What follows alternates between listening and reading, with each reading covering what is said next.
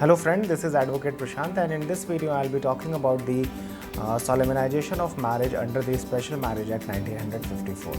So first of all, let me make you aware that under the Special Marriage Act, it does not only register the marriage unlike the Hindu Marriage Act, but it also solemnizes the marriage through a legal process, meaning thereby that there are no religious rites that are to be followed for the registration and the solemnization of marriage under the Special Marriage Act. However, it is also worth noting that marriage under any law or under any customary law or under any customary practice can be registered under this act. Like if a Hindu is marrying a Hindu through any customary right, they can get their marriage registered under this act. Similarly, even any Christian, even any Muslim getting married through their religious rites can get registered their marriage under the Special Marriage Act. So the benefit that is given by the Special Marriage Act is that it casts away the personal laws from the regulation of their marriage, succession, child custody, and all these things. So if you want to, if the parties feel that they should get rid of the personal laws or from the age-old customary laws, they can follow the registration process under this law. So even also if you are married under any of your personal laws, then you can get registered your marriage under the Special Marriage Act. Now let us talk about the solemnization of marriage under this act. So actually this act solemnizes marriages of couples who come from different castes, communities, or where one of the parties from India and another parties from any foreign country. So under these three circumstances, a marriage can be solemnized under this act.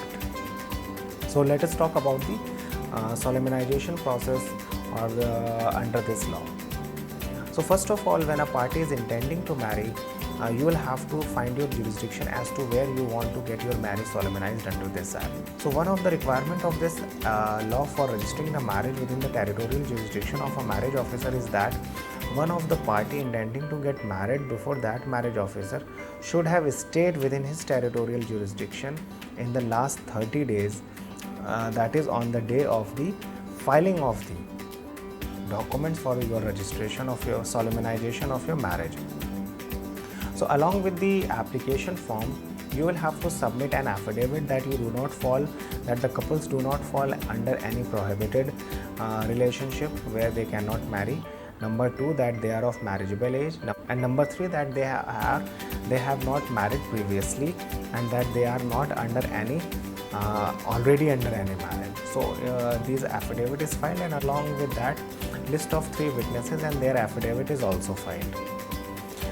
The witnesses who witness the marriage, they should not be relatives of any of the parties of the couple. So once you file all these documents before the marriage officer, then he makes a publication of your intention to get married, maybe by placing your application form or the notice on his notice board in his office, or by issuing a public notice. And they also send your intention to get married before the parents of the couple, and they wait for any objection for the next 30 days. So if in next 30 days any objection is not received, then the marriage is solemnized by the marriage officer by taking signature and giving oath. So signature is taken on a marriage certificate as prescribed under the act, and oath is also granted or given by some of the marriage officers.